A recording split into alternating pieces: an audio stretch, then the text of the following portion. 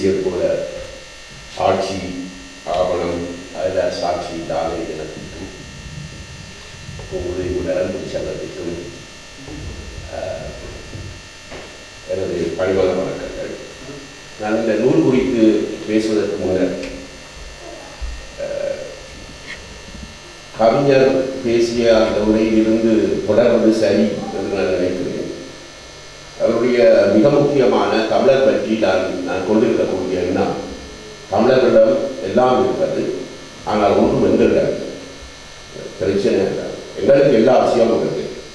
எங்களுக்கு உலகம் ஏற்றுக்கொள்கின்ற மொழியியலாளர்கள் சொல்லுகின்ற கிளாசிக்கல் லாங்குவேஜ் சொல்லப்படுகின்ற அழிந்து போன 5 மொழிகளில் ஒரு மொழியை சொல்லக்காரர் வேண்டாம். ஆனால் நாங்கள் தமிழை பற்றி கேட்கலாம். எங்கள் பிள்ளைகளெல்லாம் தமிழ் தான் தெரியும்.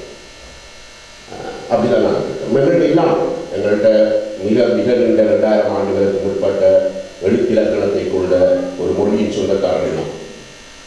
எங்களிடம் எழுதப்பட்ட அந்த எழுத்து மூலமான ஓலைச்சுவடி உள்ளிட்ட 1000 விடயங்கள் இருக்கின்றன. ஆனால் அவை குறித்து போதுமான தேடல் எங்களிடம் இல்லை. ஓலை பற்றி பேசுகிற போதும் ராஜேந்திரன் அவர்கள் சொன்னது போல இப்பொழுதும் ஓலைகள் இருக்கின்றன.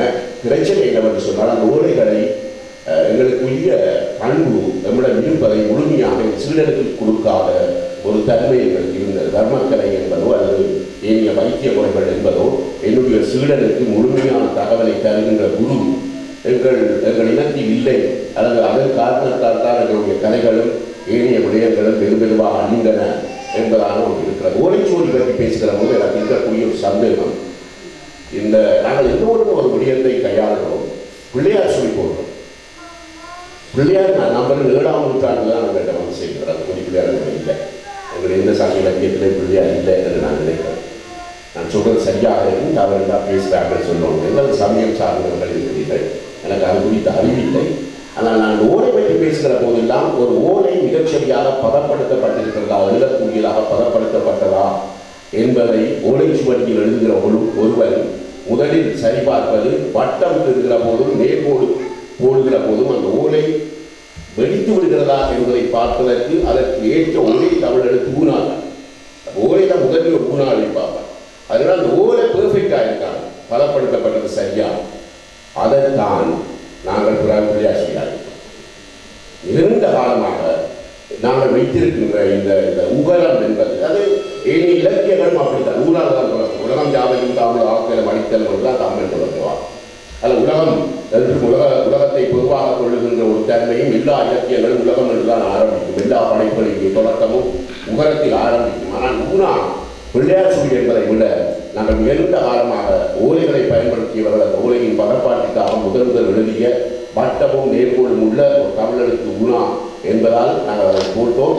7ஆம் நூற்றாண்டுக்கு பிறகு நாங்கள் அறிமுகம் செய்கின்ற பிள்ளையார் சுழியாக அதை மாற்றி வைத்திருக்கிறோம் என்று யாரும் சொல்வதாக நான் அறிகிறேன். சரியாக என்பதற்கு தெரியவில்லை, அதை பற்றி நீங்கள் சொல்லவில்லை. அடுத்தது இந்த நூல் குறித்தது. இந்த நூல் குறித்து நாங்கள் பாராட்டுகிற போது 1946ஆம் ஆண்டு புலவர் குழந்தை அவர்கள் எழுதிய ராவண காவியம் பற்றி பேசியாக வேண்டும். ராவண காவியம் என்பது தமிழகத்தில் ஆரியர்களுக்கு எதிரான திராவிடர்களுடைய மறுமலர்ச்சி, பெரியாரை தாண்டி வருகின்ற அறிஞர் அண்ணா உள்ளிட்டவர்கள் ஆரியருக்கு எதிரான மிகப்பெரிய குரலை கொடுத்த ஒரு சமூக காலம் உருப்பெற்றது. காங்கிரசுடைய ஆட்சியை அழித்து திராவிடர்கள் ஆட்சி அமைக்கின்ற அந்த புரட்சி போக்கு அங்கு ஆரம்பித்தது.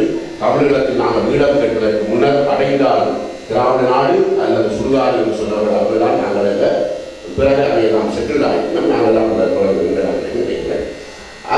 அந்த எழுச்சியில் புலவர் குழந்தையர்கள் எழுதிய ராவண காவியம் தான் 20ஆம் நூற்றாண்டில் படைக்கப்பட்ட காவியம். அதிலே தமிழ் காண்டம், இலங்கை காண்டம், இந்த காண்டம், மணிபுரி காண்டம், போர்க்காண்டம் என்ற காண்டங்களும் 57 படலங்களும் 3000 பாடல்களும் கொண்ட ராவணனை தலைவனாக கொண்ட ஒரு காவியம் தமிழகத்தில் படைக்கப்பட்டது. அந்த காவியம் என்ற நூல் 1948ஆம் ஆண்டு தமிழ்நாடு அரசு அந்த நூலை நிராகரித்தது அல்லது தடை செய்தது. அதன் பின்னர் நான் நம்புகிறேன் 1971ஆம் ஆண்டு அந்த தடை நீக்கம் எடுக்கப்பட்டது. ஆனால் அந்த காவியம் குறித்த போதுமான தகவல்கள் அல்லது அது குறித்த சமூகத்தினுடைய சென்று சேர்ந்தது குறைவாக இருக்கிறது. அதற்கு பின்னர் இன்று நாங்கள் பேசுகின்ற மிக முக்கியமான இந்த மாமன்னன் ராவணேஸ்வரன் குறித்த இந்த நூலை ஒத்ததாக அல்லது ராமாயணம் குறித்த எக்கச்சக்கமான ஆய்வுகள் வந்திருக்கின்றன.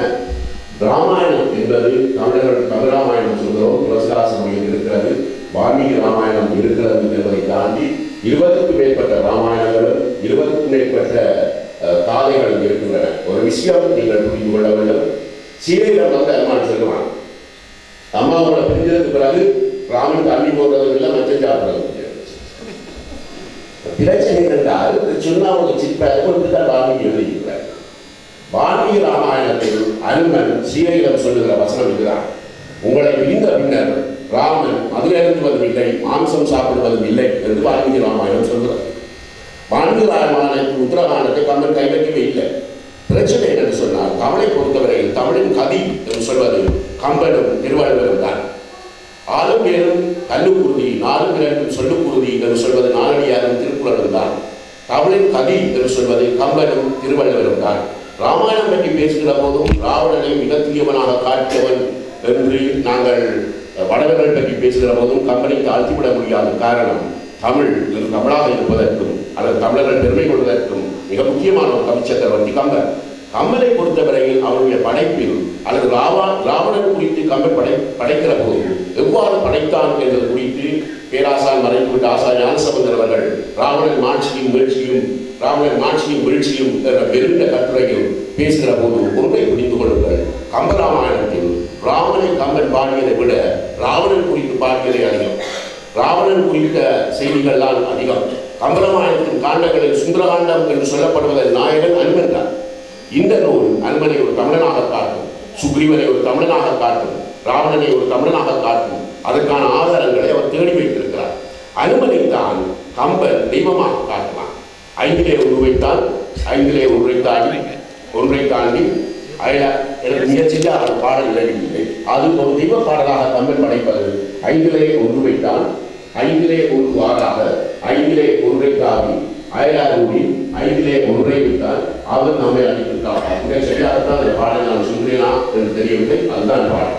5 ஒன்று பெற்றவன் அனுமன், 5 ஒன்றான கடலை 5 ஒன்றான ஆகாய வழியாக தாண்டி அயலாரூடி 5 ஒன்றான தீயை வைத்தவன், அவனை ஆண்டவன், அவன் நம்மை காப்பான் என்று கம்பன் பேசுவான். கம்பனுடைய பேசுபொருளாக அல்லது கம்பனுடைய எழுத்தாளரின் பொருளாக அல்லது கம்பனுடைய செய்திகளை தருகின்ற ஒரு பொருளாக ராமாயணத்தில் இருப்பது ராமன் அல்ல, அனுமன். அனுமனுடைய பிரச்சனை அனுமனின் ஊடாகத்தான் நாங்கள் கம்பனை பார்க்கிறோம். நீங்கள் பார்த்தால் ராமாயணத்தில் ராவணனை அழைக்கின்ற யுத்தத்தில் அனுமன் போராடியதே கிடையாது. அனுமன் கலந்து ராவணனோடு மோதியதில்லை. ஒரே ஒரு சந்தர்ப்பத்தை கம்பன் காட்டுவான். அனுமனும் ராவணனும் நேருக்கு நேராக அழைப்பார்கள். ஒரு முடியும் ராவணன் கேட்பான், என்ன நேருக்கு நேராக போதுவது, ஒவ்வொரு முறை இருவரும் குத்திக் கொள்வதாக ஒரு காட்சி இருக்கும். அனுமன் ராவணனை எதிர்த்து போராடவில்லை. காரணம், அதுக்கு அடிப்படை ஒரு காரணம் இருக்கிறது. இதற்கு முன்னர் ஒரு பாடல் சொல்கிற போதும் வாரணம் பொருத மாறும் வரவினை எடுத்த தோளும் நாடக முடிவிற்கு கேட்ப நயம்பட வைத்தலாகும் என்பதாக தாங்கள் சொல்லி வருகிற போது ஒரு பரி சொல்வார். சங்கரன் கொடுத்த வாழும் அது கம்பராமாயணத்தில் போர்க்களத்தில் ராவணன் அந்த வாழ்வுக்கு போராடுவதாக எந்த செய்யும் கிடையாது. ஆனால் கம்பன் சொல்கிற போது சொல்வான், சங்கரன் கொடுத்த வாழும் கரைகளை போட்டான் என்று சொல்றது என்பது ராவணனை மிக உச்சமாக வைக்கின்ற அல்ல, ராவணன் என்கின்ற கதாபாத்திரத்தை மிக உச்சமாக வைத்த காப்பியம் எது என்று பார்த்தால் அது நிச்சயமாக கம்பராமாயணம் தான். இதில் உள்ள பிரச்சனை என்று சொன்னால், இந்த குழந்தைவேலு எழுதிய ராமகாவியத்துக்கு அறிஞர் அண்ணா அறிந்துரை தருகிற போது ஒரு விடயம் சொல்வார். ஒருவரை தெய்வமாக்க வேண்டும் என்று சொன்னால் இன்னும் ஒருத்தர் எதிரியாக்கணும். அது இப்பயும் தான் பிரச்சனை. நீங்கள் இப்போ ராமாயணம் சரியா விளங்கை என்று சொன்னால் மனிதத்தில் இந்த படத்தை எடுத்து பார்க்கலாம். ராவணாவில் மனிதத்தில் சொல்ல வேண்டிய விஷயம் தான். எனக்கு மனிதத்தில் ஏன் பிடிக்கும் என்று சொன்னால் பழைய காப்பியங்களெல்லாம் முயற்சியாக கையாளலாம். தளபதி இருக்கிறது கர்ணன் கதை, ராவணா என்பது ராவணனின் கதை. மனிதத்தில் என்ன செய்யும் என்று சொன்னால் கடைசியாக அந்த கதையை கடைசி அவ்வளவு முடிக்கும் என்று சொன்னால் சீர மிகவும் நேசி ராவணன். இலங்கையில தான் ராவணன் சீரையை கொண்டு வந்து வைத்தது என்று சொல்லப்படுகிற இலங்கையில் சீரை வைத்ததாக நாங்கள் நம்புகின்ற உடனடியாக இருக்கக்கூடிய அந்த மண்ணில் அந்த இடத்திற்கு பேர் அசோகவனம். அது சோகவனம் அல்ல. அசோகம் என்பது சோகம் தீர்க்க ஒருத்தி வைக்கப்பட்ட இடம் என்று நாங்கள் நம்புகிறோம்.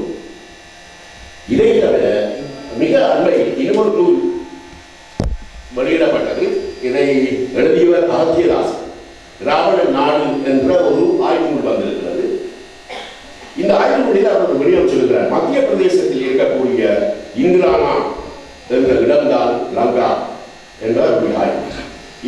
பிரதேசத்தில் இருக்கிறது. அதுதான் அந்த லங்காவில் தான் ராவணன் இருந்தான், அது இலங்கை அல்ல என்ற ஒரு குற்றச்சாட்டு இருக்கிறது. இது குறித்து ஷா என்ற இன்னொரு ஆய்வாளர் முடிவாக சொல்கிறார், இலங்கை அல்ல ராவணன் இருந்த இடம். இப்படி ராமாயணம் பற்றியும் ராவணன் குறித்தும் 1000 கதைகள் இருக்கின்றன. இதில் இன்னொரு விடயம் இருக்கிறது, ராவணன் என்பவன் பிராமணனா இல்லையா என்ற ஒரு பிரச்சனை இருக்கிறது.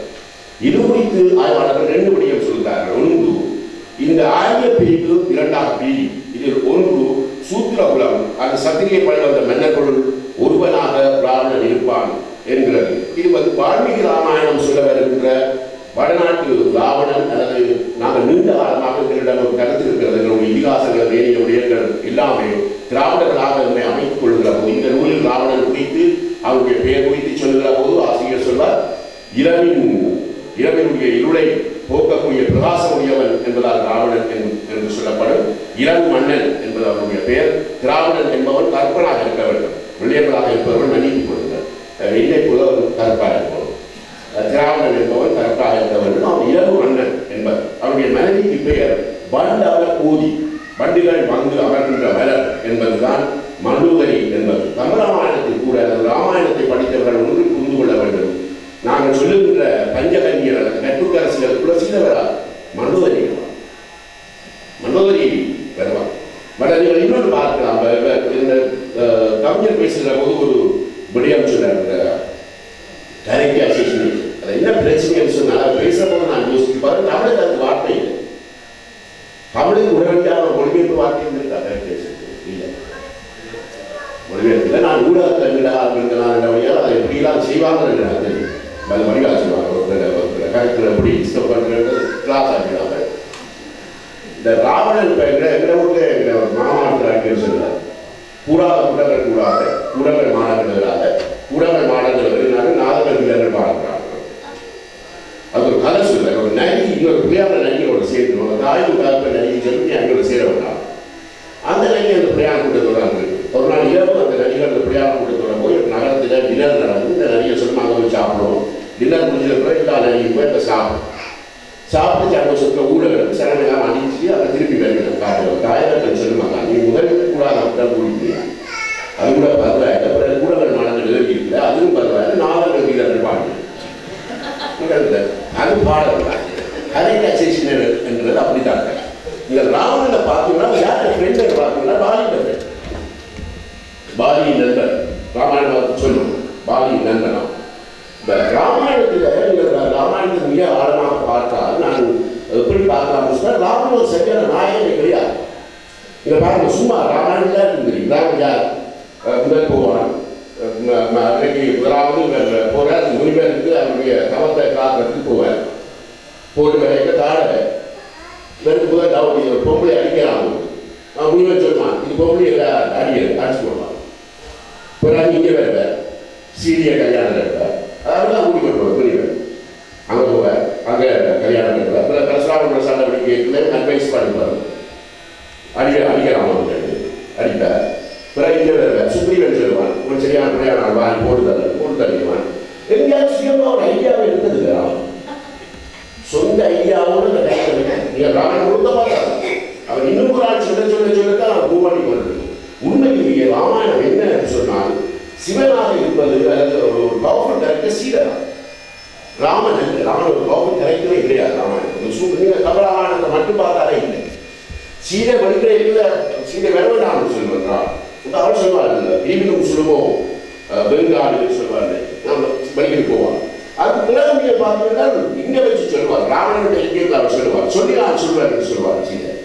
நீ நினைக்காத அவன் தன்னை புருஷனுக்கு மரியாதையை அவன் வந்து அடிபட்டால் கொஞ்சம் நல்லா இருக்கும் வெயிட் பண்ணுறதே தவிர நானே அடிபட வேண்டும் சீதை சொல்லுவேன். நான் சொல்லி நான் சொல்லுவேன் என்று சொல்லுவேன். எங்களுடைய பிராணங்களின் கதைகளின் படி இந்த லட்சுமி திருமணத்தின் போது எல்லாரும் திருமணம் செய்யலாம் இன்வைட் பண்ண பிரசன் கொடுக்கணும். இந்த இந்த இந்த திருமணம் நடக்கும், மகாலட்சுமி திருமணம் நடக்கும். எல்லா நீங்கள் பார்த்தீங்கன்னா கல்யாணம் பண்ணிட்டு ஒருத்தரும் ஒரு குவாலிட்டி அது பிரசன்டோட போகணும். சில பேர் தண்ணி அடிக்கிறவனா இருக்கிறவங்க போக மாட்டான். சோகமான அப்படி ஒரு மனுஷன்